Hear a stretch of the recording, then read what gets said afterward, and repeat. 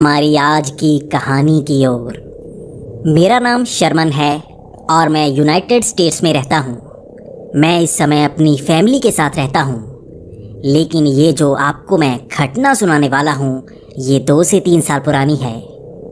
उस समय मैं वेस्ट वर्जीनिया गया हुआ था और वेस्ट वर्जीनिया के एक छोटे से शहर प्रिंसटन में मेरी पढ़ाई चल रही थी।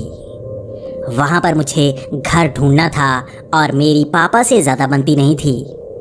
मुझे ज़्यादा पॉकेट मनी नहीं मिलती, इसलिए मुझे खुद ही काम करना पड़ता और पढ़ना भी पड़ता। प्रिंसटन में पहले तो मेरे पास बहुत ही छोटा सा कमरा था जिसमें मेरा सामान भी पूरी तरह से नहीं आता था, लेकिन धीरे धीरे मेरे पास पैसे आने लगे थे। मैं अब एक अच्छा कमरा लेना चाहता था और मेरी सोच थी कि अच्छा घर लेने के बाद मैं शायद सेटल हो पाऊँ। प्रिंसटन के बाहर मुझे यहाँ पर एक घर मिल ही गया। इस घर का किराया बहुत ही कम था, इसलिए मैंने ज़्यादा सोचा नहीं और एडवांस में 6 महीने का किराया दे दिया। मैं अब इस घर में रहने लगा था और ये बहुत ही अच्छा घर था। मेरे पास अपनी गाड़ी थी, इसलिए मुझे काम पर जाने में ज़रा भी मुश्किल नहीं होती। अब मैं अपना जीवन बड़ी ही अच्छी तरह से बिता रहा था, लेकिन इस घर में मेरी एक ही परेशानी होती कि मुझे कभी कभी एहसास होता जैसे इस घर में मेरे सिवा भी कोई और मौजूद है। यहाँ पर कभी कभी सामान अपने आप हिलने लगता। कभी कभी जब मैं सुबह उठता तो मेरा सामान एक जगह से दूसरी जगह पर गया हुआ होता।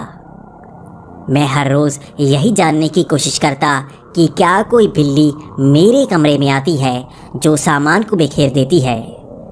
मुझे इस सवाल का जवाब कभी नहीं मिल पाता।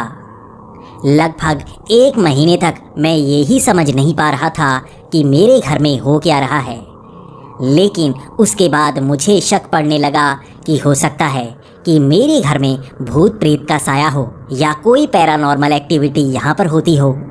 लेकिन मैं इसे ज़्यादा जानने की कोशिश नहीं कर रहा था, क्योंकि मैं इन चीज़ों पर यकीन नहीं करता। मुझे लगता है कि अगर आप इन चीज़ों के बारे में ज़्यादा सोचेंगे तभी ये आपके दिमाग पर हावी होने लगती हैं और आपको ऐसा लगता है कि सच में ये चीज़ें मौजूद हैं।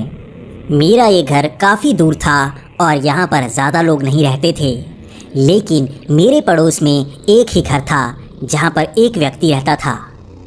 मैं उसे अंकल पीटर कहता था और वो बहुत ही हंसमुख इंसान थे। वो हर रोज़ मेरी मदद करते और मेरा जो भी काम होता वो मुझे करके देते। वो एक बहुत ही अच्छे इंसान थे और मेरी उनके साथ बहुत ही बनने लगी थी। वो मेरे घर का ध्यान भी रखते और मेरे घर के आसपास सारा दिन रहते।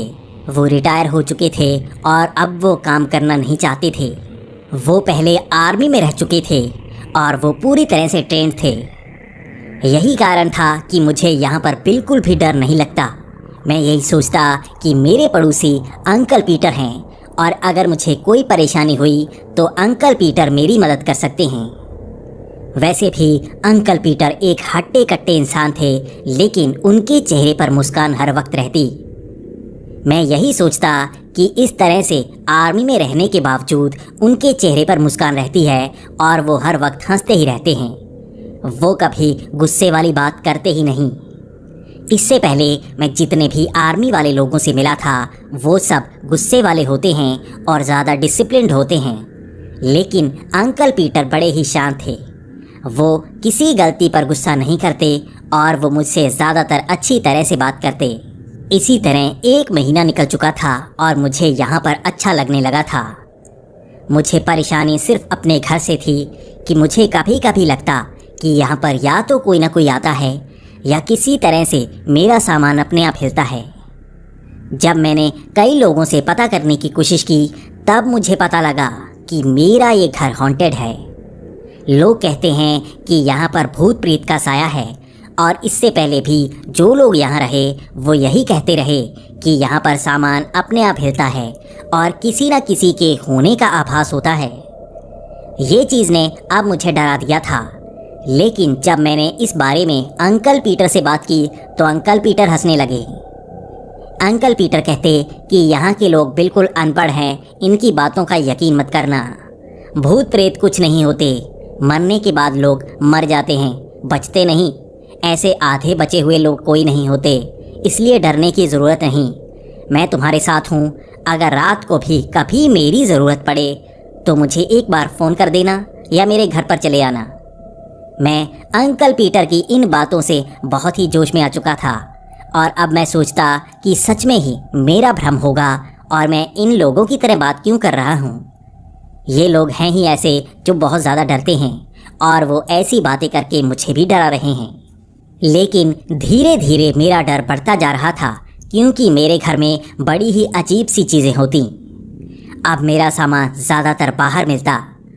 मैं यही सोचता रहता कि घर के दरवाजे बंद हैं तो मेरा सामान घर से बाहर कैसे चला जाता है। मेरा सामान घर के बाहर होता, जैसे कोई मुझे घर से बाहर निकालना चाहता है। मैं शुरू में तो नहीं डर रहा था, लेकिन मेरे मन में यही ख्याल था कि अगर ये घर सच में हॉन्टेड है तो वो आत्मा मुझे नुकसान भी पहुंचा सकती है। अब तक तो मेरे साथ ऐसा कुछ नहीं हुआ था जिसे मैं बुरा एहसास कह सकूं। सिर्फ मेरा सामान ही इस तरह से बिखरा होता या बाहर होता, उसके सिवा मुझे किसी तरह का कोई नुकसान नहीं हो रहा था। लेकिन ये धीरे धीरे बढ़ता जा रहा था। मेरा सामान घर से बाहर होता और अब तो ज़्यादा से ज़्यादा संख्या में मेरा सामान बाहर होता। मैं एक बात तो समझ गया था, या तो ये आत्मा है या कोई इंसान, वो मुझे यहाँ पर रहने नहीं देना चाहता। इस बात को मैंने मन में बिठा लिया था कि मुझे घर से बाहर निकालने की कोशिश हो रही है। वैसे भी इस इलाके में इतना सस्ता घर किसी को नहीं मिलता। पहले मैं सोच रहा था कि ये कोई इंसान हो सकता है जो मुझे मेरे घर से बाहर निकालना चाहता है। तो मैंने अंकल पीटर से कहा कि आप भी मेरे घर का ध्यान रखिए। अगर आते वक्त आपको कोई इंसान मेरे आसपास दिखे तो मुझे ज़रूर बताना। तो अंकल पीटर भी कहने लगे कि फ़िक्र मत करो, मैं रात को भी कभी कभी जागता हूँ तो खिड़की से तुम्हारे घर की तरफ देखूंगा और ये जानने की कोशिश करूंगा क्या सच में तुम्हारे घर में कोई आता है या नहीं। और अगले दिन मैंने देखा फिर से मेरा सामान बाहर था। मेरी साइकिल भी बिल्कुल बाहर तक गई हुई थी और जैसे किसी ने उसे चलाया हो। अब मैं अंकल पीटर से जानना चाहता था कि आखिर उन्होंने कल कुछ देखा है या नहीं। तो मैंने अंकल पीटर को फ़ोन लगाया और अंकल पीटर को मैंने पूछना चाहा कि घर से बाहर मेरे बैग मिले हैं, क्या उन्होंने किसी को देखा है। इसके बाद अंकल पीटर का जवाब था कि तुम्हारी साइकिल तो लगता है हवा से अपने आप चली थी। मैंने खुद देखा वो अपने आप चल रही थी, लेकिन तुम्हारे बैग किसी ने नहीं रखे, बल्कि मैंने खुद देखा तुम खुद आए थे रात को बैग बाहर रखने। ये बात ने मुझे हिला कर रख दिया था। मैं जानता हूँ मैं रात को सामान बाहर नहीं रखता, लेकिन अगर अंकल पीटर कह रहे हैं तो पक्का ही ये सामान मैं ही बाहर रख सकता हूँ। इसके बाद अब मेरे दिमाग में ये ख्याल था कि हो सकता है ये आत्मा मुझ पर अपना कंट्रोल कर रही है और रात को मेरा सामान बाहर रख देती है। अभी तक तो मेरे मन में यही ख्याल था कि ये मुझे नुकसान नहीं पहुंचा रही, लेकिन मेरा शक बढ़ता जा रहा था कि ये मुझ पर कंट्रोल करने लगी है और हो सकता है आगे जाकर मुझ पर कोई ना कोई हमला हो जाए या मेरा शरीर ही इसके कब्ज़े में हो जाए। अब मैं इन चीज़ों के बारे में जानना चाहता था। मैं काफ़ी क्यूरियस हो गया था क्योंकि मेरी मदद और कोई नहीं कर पाता और मैं वैसे भी 6 महीने का किराया दे चुका था। मुझे यहाँ से जाने पर बहुत ही नुकसान होता और मेरे पास वैसे भी पैसे नहीं थे कहीं और रहने के लिए। लेकिन उसके कुछ दिन बाद से मुझे थोड़ा सा अजीब एहसास होना शुरू हुआ। मैं घर की दूसरी साइड कभी नहीं जाता था, लेकिन अब मैं उस तरफ भी जाने लगा था तो मैंने देखा वहाँ पर कई और सामान बिखरा हुआ होता। मैंने ध्यान से हर सामान को देखने की कोशिश की तो मुझे एक बात का पता लगा, ये मेरा सामान नहीं था। शायद किसी और का सामान यहाँ पर बिखरा हुआ होता और मैं सोच रहा था कि हो सकता है ये आत्मा कहीं और भी अपना असर दिखाती हो या कहीं और से भी ऐसे ही सामान बाहर आता हो, या हो सकता है अंकल पीटर को इसका पता ना हो और ये आत्मा अंकल पीटर को अपने वश में करके उनसे भी उनका सामान बाहर फेंकवाती हो। इसके बाद मैंने ज़्यादा बात करने की नहीं सोची और मैंने सोचा कि अंकल पीटर वैसे भी मुझ पर हंसते हैं, तो मैं अगर ये बात उनको बताऊंगा तो वो मेरा मजाक बनाएंगे। लेकिन इसके बाद मैं अपने काम पर ज़्यादा बिजी होने लगा। लेकिन एक दिन एक न्यूज़पेपर पढ़ते वक्त मेरा ध्यान एक खबर पर पड़ा। वहाँ पर एक तस्वीर लगी हुई थी जिसके नीचे मिसिंग लिखा हुआ था। ये लड़का गायब हुए लगभग 1 महीना हो चुका था और किसी को ना तो वो लड़का मिला था और ना ही उसकी लाश। किसी को पता नहीं था कि वो कहाँ पर है, सिर्फ उसके खून के निशान ही सड़क पर मिले थे। लेकिन मेरा ध्यान उस तरफ इसलिए गया था क्योंकि मेरे घर के पीछे जो सामान पड़ा था उसमें एक लाइसेंस भी था और वो इसी लड़के का था। मैं थोड़ा सा डरने लगा था कि हो सकता है ये आत्मा मुझ पर असर नहीं करती, लेकिन ये आत्मा कुछ ना कुछ तो करती हो सकती है। इस इलाके पर ऐसी खतरनाक आत्मा कुछ भी कर सकती है। अब मुझे ज़्यादा डर लगने लगा था, लेकिन मैं पुलिस को ये सब बता थोड़े ना सकता था। कोई मुझ पर यकीन नहीं करता और मैंने एक बार पीछे जाकर देखना चाहा तो वहाँ पर अब मुझे वो सामान नहीं मिला था। ये सामान कभी कभी ही यहाँ पर होता, हर वक्त ये सामान यहाँ पर नहीं मिलता। लेकिन मैंने इतना तो सोच लिया था कि अगली बार अगर मुझे ये सामान मिला तो मैं देखने की कोशिश करूँगा कि ये किसका है। ऐसे ही लगभग 1 हफ्ते बाद मुझे एक और ऐसे ही वॉलेट मिला। इसके साथ ही वहाँ पर कई तरह के कपड़े पड़े हुए थे और मैंने ध्यान से देखा तो एक कपड़े के ऊपर खून लगा हुआ था। मैंने उस पर्स को उठा लिया और मैंने उसमें देखना चाहा कि ये पर्स किसका है। मैंने उसमें लाइसेंस निकाला और कई आईडीज़ थीं। मैं अब गूगल पर सर्च करके देखना चाहता था कि वो आईडीज़ किसकी हैं, आखिर उस नाम का इंसान कहाँ है। लेकिन जैसे ही मैंने गूगल पर सर्च किया तो मेरे होश उड़ गए। ये आदमी भी लगभग 10 दिन पहले से गायब है। मैं अब थोड़ा सा हैरान होने लगा था। मैं सोच रहा था कि आखिर वो कौन है जो इस तरह से लोगों को गायब कर रहा है और वो इस तरह से यहाँ पर सामान क्यों फेंक रहा है। क्या इसका रिश्ता मेरे घर से है? क्या ये आत्मा ऐसे करती हो सकती है? मैं वो वॉलेट और सामान लेकर सीधा पुलिस स्टेशन पहुंच गया। पुलिस में पहुंचकर मैंने वहां पर रिपोर्ट लिखवाई कि ये सामान मेरे घर के आसपास से मिला है। इसके बाद पुलिस ने भी छानबीन करना शुरू कर दिया और उन्हें भी यही पता लगा कि ये इंसान भी गायब है और मैं पहले जिस आदमी के बारे में बता रहा था वो भी गायब है। उन्होंने मुझे पुलिस स्टेशन में लगभग 2 घंटे बिठाया होगा। मैं वहाँ पर बैठा यही सोच रहा था कि आखिर मुझे यहाँ पर रोका क्यों गया है। मैं थोड़ा सा डरने से लगा था। मैं बार बार आईने की तरफ देखता। मुझे पता था ये आईना नहीं है बल्कि कांच की खिड़की है जिसके पार से पुलिस वाले मेरी तरफ नज़र रखे हो सकते हैं। मैंने वहाँ पर लगभग 10 लोगों को बताया होगा। अलग अलग पुलिस वाले बार बार मुझसे आकर पूछ रहे थे। वो मेरी स्टेटमेंट बार बार ले रहे थे। मैं अब थोड़ा सा डरने लगा था कि क्यों वो बार बार मुझसे पूछना चाहते हैं। आखिर इसका रिश्ता मेरे साथ क्या है और वो इतना ज़्यादा डरे हुए क्यों हैं। 2 घंटे बाद एक पुलिस वाला मेरे पास आया और मेरे साथ बात करने लगा। उस पुलिस वाले ने मुझे यही बताना शुरू किया कि क्या मैं जानता हूँ कि ये लोग कौन हैं। तो मैंने उन्हें जवाब दिया कि मुझे नहीं पता कि ये लोग कौन हैं। मैं तो बस उस वॉलेट को देखकर सर्च कर रहा था, तब मुझे पता लगा कि ये लोग गायब हैं। ऐसे ही घर के बाहर मेरा भी सामान पड़ा होता है और ये सामान भी यहाँ पर मुझे मिला है। इसके बाद पुलिस ने जो बताना शुरू किया उससे मैं और ज़्यादा डरने लगा। पुलिस ने मुझे बताया कि ये लोग यहाँ से मिसिंग हुए हैं और इनका पता अब तक नहीं लगाया जा पाया है। लगभग पिछले 2 सालों से 40 लोग गायब हो चुके हैं और उनका अब तक पता नहीं लग पाया है। किसी को पता नहीं है वो लोग कहाँ गए। ना तो वो इस शहर से बाहर गए हैं और ना ही वो भगौड़े हैं। उन लोगों के ऊपर किसी तरह का कोई क्रिमिनल चार्ज नहीं है, फिर भी वो लोग गायब क्यों हो गए?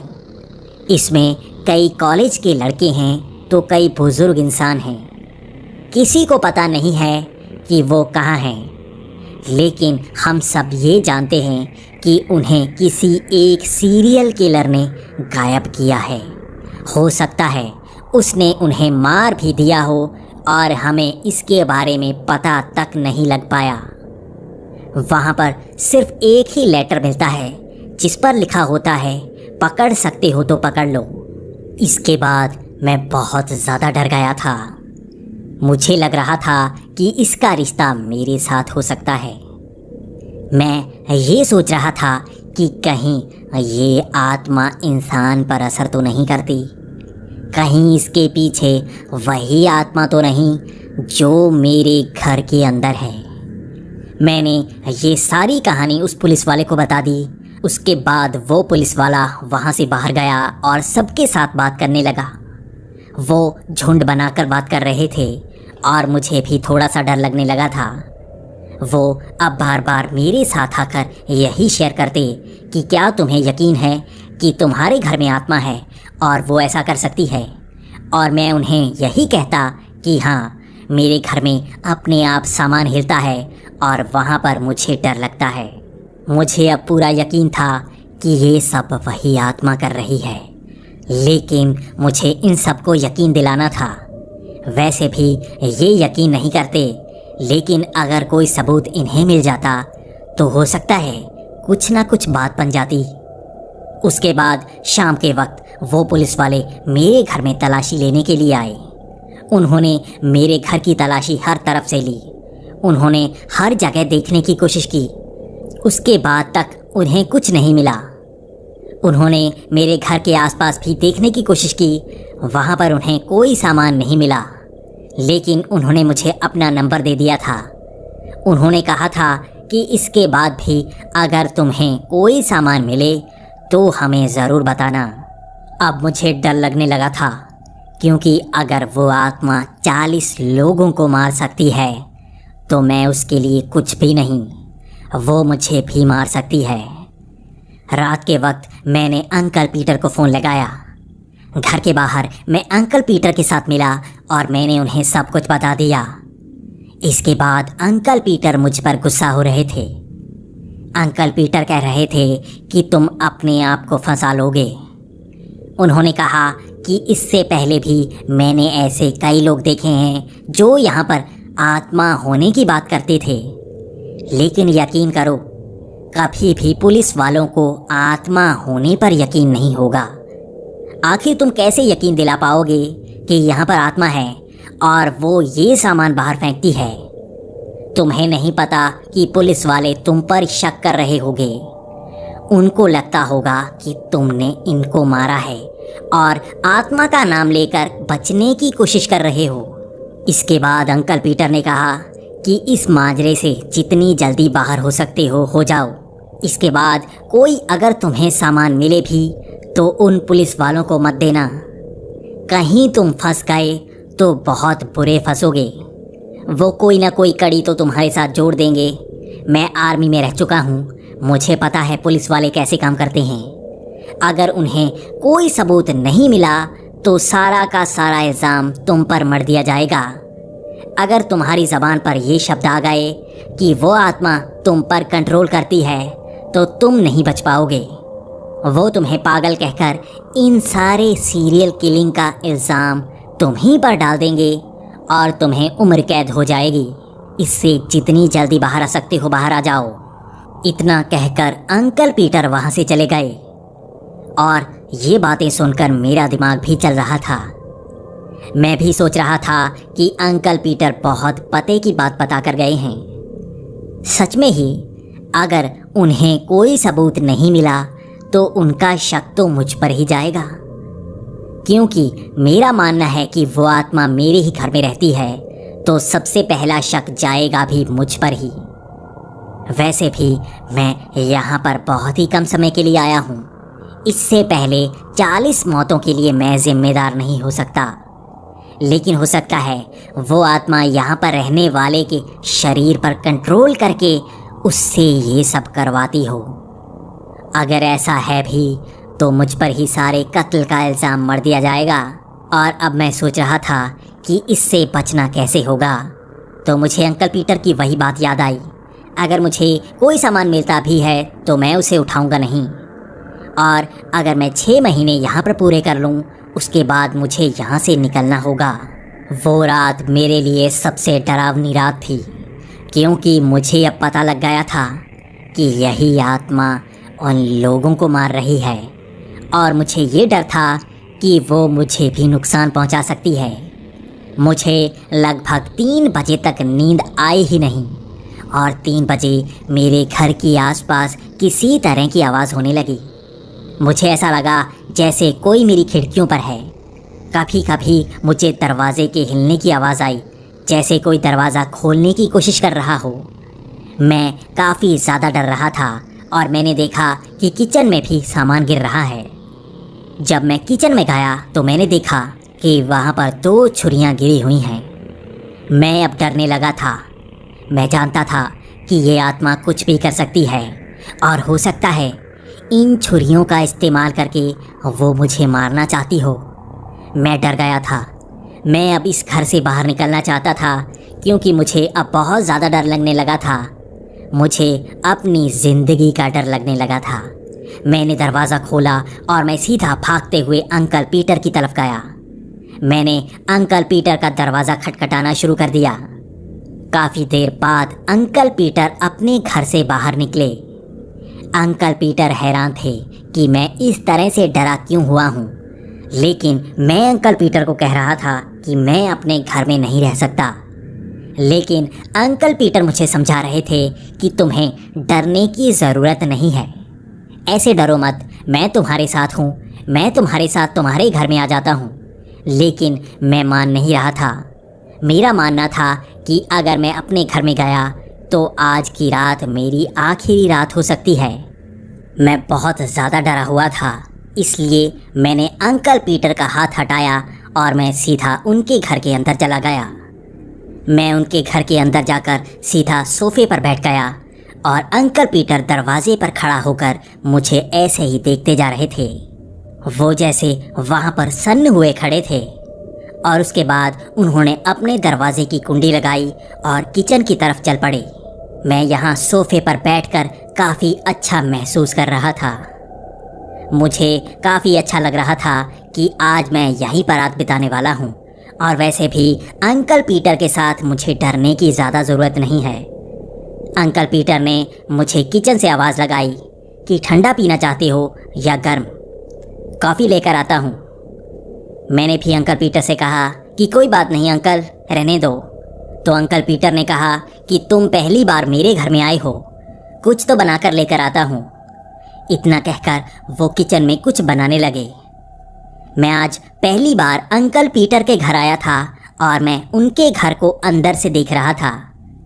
उनका घर काफ़ी सुंदर था, लेकिन यहाँ पर बहुत सारी तस्वीरें लगी हुई थीं। वो तस्वीरें किसी फ्रेम में नहीं, बल्कि वो फ़ोटोज़ को दीवारों पर चिपकाया गया था। मुझे नहीं पता कि आर्मी वाले कैसे होते हैं, लेकिन शायद वो ऐसे ही होते हैं। उन्होंने अपनी शेल्फ पर कई सारी ट्रॉफीज रखी हुई थी, और वहाँ पर गन भी थी। वहाँ पर कई सारी बुलेट्स रखी गई थी, और वहाँ पर और भी कई अजीबोगरीब सी चीज़ें थीं। मैं खड़ा होकर दीवार की तरफ देख रहा था, और हर एक चीज़ को मैं निहारता जा रहा था। मैं वहाँ पर उनकी हर चीज़ को देख रहा था, और इसी तरह से मैं दूसरे कमरे में चल पड़ा। उन्होंने हर दीवार पर कुछ ना कुछ लगाया हुआ था, और वो सब मुझे बहुत ज़्यादा अच्छा लग रहा था। लेकिन जैसे ही मैं दूसरे कमरे में गया, तब मुझे पता लगा कि ये कमरा उनका बेडरूम है। लेकिन जैसे ही उस कमरे के मैं अंदर गया तो मुझे काफ़ी हैरानी हुई। वहाँ पर बहुत सारा सामान बिखरा हुआ था, और एक साइड पर टेबल लगा हुआ था। उस टेबल पर कई सारी फ़ोटोज़ रखी गई थी, और एक कैंची रखी गई थी। बेड पर भी बहुत सारी टी शर्ट्स पड़ी थी, और वो सारी टी शर्ट्स गंदी लग रही थी। इसी के साथ वहाँ बहुत सारा सामान बिखरा हुआ था। मैं काफ़ी हैरान था कि अंकल पीटर वैसे तो अपने सामान को बहुत ही अच्छी तरह से रखते होंगे।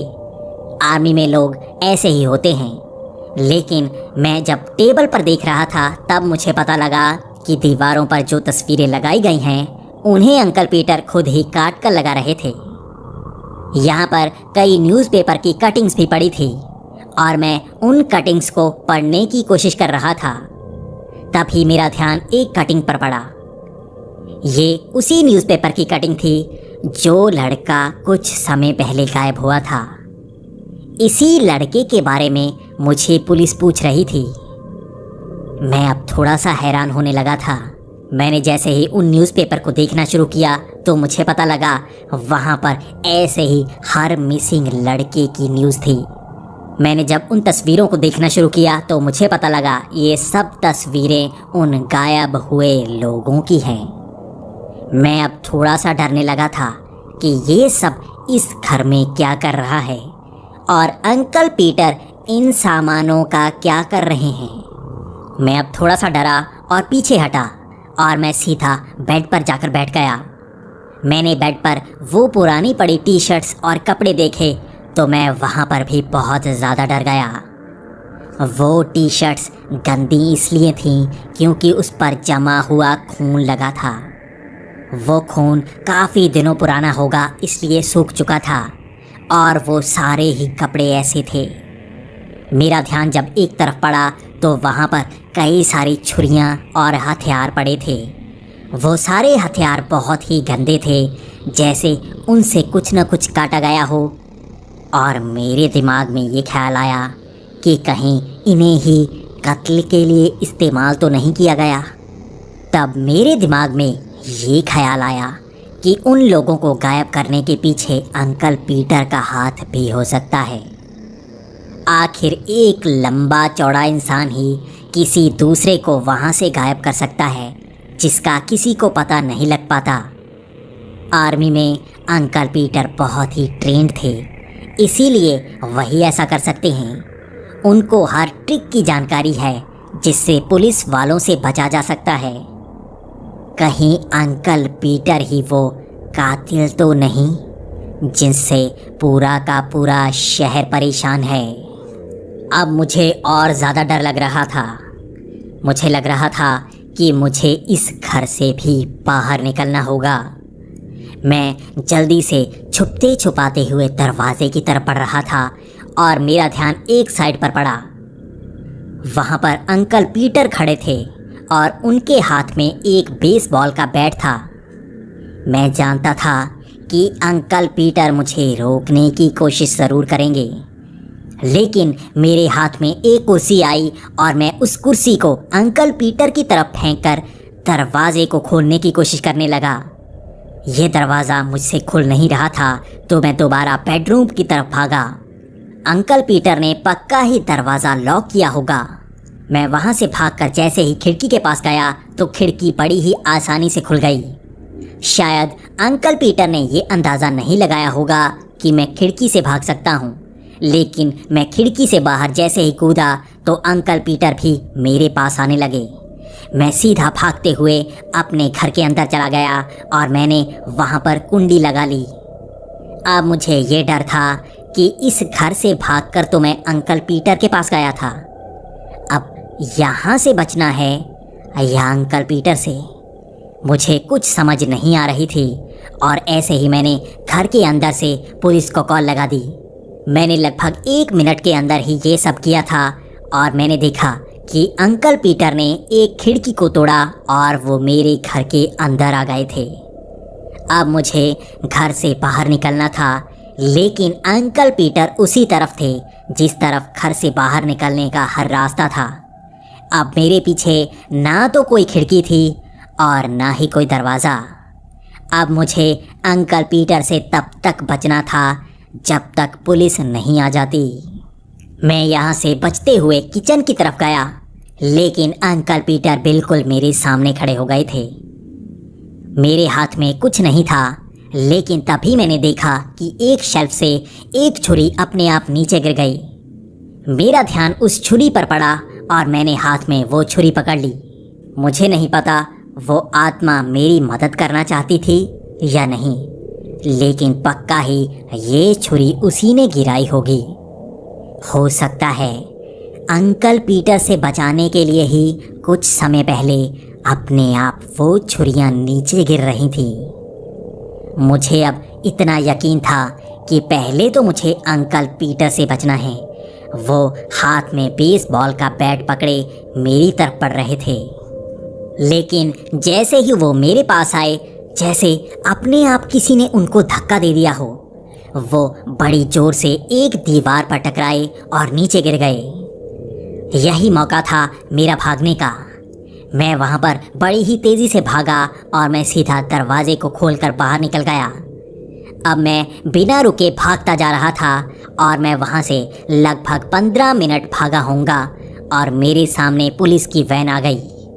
मैंने पुलिस को रुककर सब बात बता दी और मैंने कहा कि अंकल पीटर मेरे घर में ही थे और वो अब वहाँ से भी भाग चुके होंगे। इसके बाद मैंने उनको कहा कि अंकल पीटर आसपास होंगे, उनको पकड़ने की कोशिश करिए। हम जैसे ही मेरे घर पहुँचे तो वहाँ पर सारे पुलिस वाले देखकर हैरान थे। अंकल पीटर अब तक मेरे घर के अंदर ही फंसे हुए थे। वो कभी किसी दीवार पर मारने की कोशिश करते तो कभी किसी दरवाजे पर। उनसे उस रात कोई दरवाज़ा या खिड़की खुले ही नहीं। वो मेरे घर से बाहर आ ही नहीं सके। मुझे नहीं पता कि ये किसकी करामात थी। क्या अंकल पीटर का दिमाग इतना कम था कि वो मेरे घर से बाहर तक न निकल पाए? जो इंसान 40 लोगों को ऐसे मार सकता है कि पुलिस को उनका पता तक न लग पाता, वो इंसान मेरे घर से बाहर तक न निकल सका। पुलिस वालों ने इस केस को सुलझा लिया था और वो सीरियल किलर पकड़ा जा चुका था। अंकल पीटर अपने शौक के लिए उस शहर में लोगों को मार रहे थे और किसी को अंकल पीटर पर शक नहीं हो रहा था। लेकिन शायद मेरे घर की आत्मा ने अंकल पीटर का सारा भांडा फोड़ दिया और मेरे लिए खास ये था कि मेरी जान बच गई थी। एक आर्मी में ट्रेंड आदमी मुझे कितनी आसानी से मार सकता था, ये कोई भी सोच सकता है। लेकिन शायद उस आत्मा ने उस दिन मेरी मदद की थी और मैं उसी कारण ज़िंदा बच पाया था। दोस्तों, आपको ये कहानी कैसी लगी प्लीज़ इसे कमेंट्स में ज़रूर बताएं। आप जितनी ज़्यादा कमेंट्स में सुझाव दे सकते हैं ज़रूर दिया करें, ताकि मैं आगे आपके लिए और भी अच्छी अच्छी वीडियोस ला सकूं। इसी के साथ अगर आपको ये वीडियो पसंद आई हो तो इसे लाइक और शेयर करें, साथ ही हमारा चैनल सब्सक्राइब कर लें ताकि आप ऐसी ही वीडियो हर रोज़ देख सकें।